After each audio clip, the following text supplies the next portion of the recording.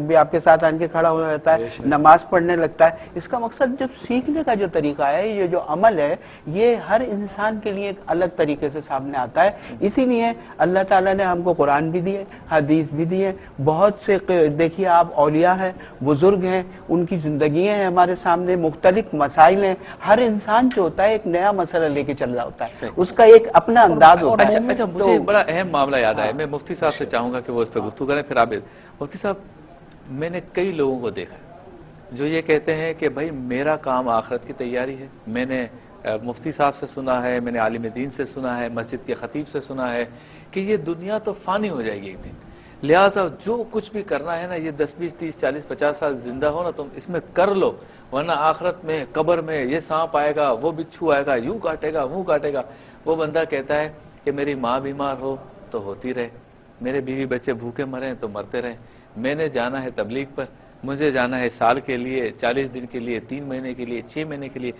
دنیا دار جو لوگ ہیں نا، وہ اس بات سے بڑے پریشان ہیں. دوسرا بھائی ہے اس گھر میں، وہ کہتا ہے یہ تم کون سی آخرت کی تیاری کر رہے ہو کہ ماں تمہاری مر رہی ہے، تمہارے بیوی بچوں کو میں کھلاؤں، برابر والا کھلائے، اور تم کہتے ہو میں آخرت کی تیاری کر رہا ہوں. اس کانسیپٹ کو آپ کلیئر کریں کہ اصل میں گھر کو چھوڑ کر آخرت کی تیاری کے لیے جانا کس حد تک صحیح ہے اور کون جا سکتا ہے؟ دیکھیے، یہ رویہ تو بالکل غلط ہے کہ انسان اپنے آپ کو عبادت میں اس طرح سے لگا دے کہ سب لوگوں کے حقوق تلف کر دے. نبی کریم صلی اللہ علیہ خود غرضی نہیں کہیں گے؟ بالکل خود غرضی ہے، اور یہ نبی علیہ السلام نے اس کا رد فرمایا، اس کو کنڈیم فرمایا ہے. مسلم شریف کی حدیث ہے، ایک بڑا اچھا واقعہ ہے وہ، اور واقعہ نبی علیہ السلام نے صحابہ کرام کو سنایا ہے ایک قصے کے طور پہ تاکہ اس سے سبق حاصل کیا جائے. آپ علیہ السلام نے فرمایا کہ بنی اسرائیل میں ایک عابد زاہد شخص تھا، جرجیس اس کا نام تھا. اس نے پہاڑ کی چوٹی پہ اپنی ایک کٹیا بنائی ہوئی تھی، ہر وقت اللہ کی عبادت میں مصروف رہتا تھا. یہ اس کو کمپیئر کیجئے اس شخص کو جو اپنے گھر سے نکل جاتا، جناب میں تبلیغ کے لیے جا رہا ہوں یا نیکی کے لیے جا رہا ہوں، اور سب کے حقوق تلف کر رہا ہے. صحیح. تو وہ شخص جو ہے وہاں پہ بیٹھ کے عبادت کرتا اللہ تعالیٰ کی. ایک مرتبہ اس کی ماں اس سے ملنے کے لیے آئی، اس نے اندر سے دروازہ بند کیا تھا، اس کی ماں پکارتے رہی جرجیس جرجیس، لیکن اس نے جواب نہیں دیا. اس کے دل میں خیال آیا کہ ملنے جاؤں، کہاں نہیں، عبادت میں خلل پڑ جائے گا میری، تو وہ نہیں جاتا باہر. تنگ ہو گئی، اور تنگ ہو کر اس نے یہ کہہ کے چلے گئے اللہ تعالیٰ اللہ کرے مرنے سے پہلے تو زانیہ کا منہ دیکھے. اچھا. تو وہ چلی گئی یہ کہہ کر. اب وہ ماں کی بد دعا ہے.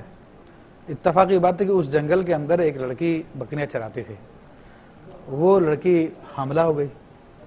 جب اس کو لوگوں نے پوچھا کہ تو تو کنواری ہے، تجھے کس طرح حمل ہو گیا، تو اسے کچھ سمجھ میں نہ آیا. اس نے اپنے لور کو چھپانے کے لیے کہا کہ یہ پادری جو بیٹھا نا، اس کی وجہ سے میں حاملہ ہو گئی ہوں. تو اب وہ بڑا معاملہ، لوگوں نے اس پادری کو وہ مارا پیٹا، وہ برا حشر کیا، بڑا پریشان ہو گیا. اس نے کافی کوشش کی، ان کو یقین دلایا، مگر لوگ نہ مانے. تو پھر کہنا اچھا وہ بچہ لے کر آؤ. وہ بچہ لایا گیا. اس بچے سے کہا کہ تجھے میں کہتا ہوں، اب عبادت کا اس کا عالم دیکھیے کتنا بڑا عبادت گزار ہے وہ شخص. بچے سے کہا میں تجھے کہتا ہوں، تو بتا حق بات کیا ہے، تیرا باپ کون ہے. حدیث کریمہ مسلم شریف کی روایت ہے، صحیح روایت ہے. وہ بچہ کہتا کہ میرا باپ پادری نہیں ہے یہ جو عبادت کر رہا، بلکہ ایک دوسرا شخص ہے جو برابر میں جنگل میں جو ہے بکریاں چراتا ہے. اچھا. تو اب یہ دیکھیے کہ ماں کے حق تلف کرنے کی وجہ سے اللہ تبارک و تعالی نے اپنے سے ایک عبادت کرنے والوں کو لوگوں کے سامنے رسوا کیا. اب جب لوگوں نے اس کی ایک کرامت دیکھی تو لوگوں نے سونے کی کٹیا بنا ڈالی اس کی. اچھا. لیکن بات یہاں سے کیا واضح ہو گئی ہے کہ ایسے شخص کی عبادتیں وغیرہ اللہ کے یہاں پہ مقبول نہیں ہوتی ہیں. پھر اس پہ تو لیکن مزید کھل کے ویسے آپ کہیں اس کیا ہونا چاہیے. ایک کالر کو لے لیں، پھر آپ کی بات بھی سنتے ہیں، اور میں چاہوں گا کہ حمزہ علی قادری صاحب بھی اپنے جوہر دکھائیں اس معاملے پر. السلام علیکم. وعلیکم السلام. جی فرمائیے. جی ابھی یہ نا مولانا صاحب سے بات ہو رہی تھی، تو مجھے یہ کہنا ہے کہ انسان دنیاوی تو سب چیزیں کرتا ہے نا، مجھے کچھ آپ ایسی روشنی ڈالے کہ آخرت کے لیے کوئی نماز کے علاوہ بندہ کچھ ذخیرہ کر سکے. ٹھیک ہے، بالکل معلوم کرتے ہیں. بہت شکریہ آپ نے کال کیا. کیا کیا جائے؟ اچھا، اس میں ایک اور پہلو بھی ہے جو آپ کی طرف میں رکھ رہا ہوں کہ جو لوگ دین کا کام کر کے یا آخرت کی تیاری کر رہے ہوتے ہیں نا، اس پر دنیا سے محبت رکھنے والے بیجا تنقید بھی کرتے ہیں. جہاں یہ بات ہے کہ ان کو ایسا نہیں کرنا چاہیے، بیجا تنقید بھی کرتے ہیں. تم نے جو ہے نا ایسا لباس کیوں پہنا ہوا ہے، تم اپنے آپ کو کیا سمجھتے ہو، تم نے ٹوپی کیوں پہنی ہوئی ہے، تم جو ہے تسبیح ہاتھ میں کیوں پکڑ کے بیٹھے ہو. یہ تنقید بھی دنیا داروں کی طرف سے بیجا کسی پر، یہ آپ سمجھتے ہیں کہ ان کو بھی اپنے آپ کو ٹھیک کرنا چاہیے. بالکل. جیسے اس طرف کچھ ایک تو خود خرابیاں ہیں, آخرت کی تیاری نہیں کر رہے, جیسے اس جو طرف کر رہا ہے اس پہ خامہ ختم. جس طرح اس طرف کچھ خرابیاں موجود ہیں, یقیناً اسی طرح دوسری طرف بھی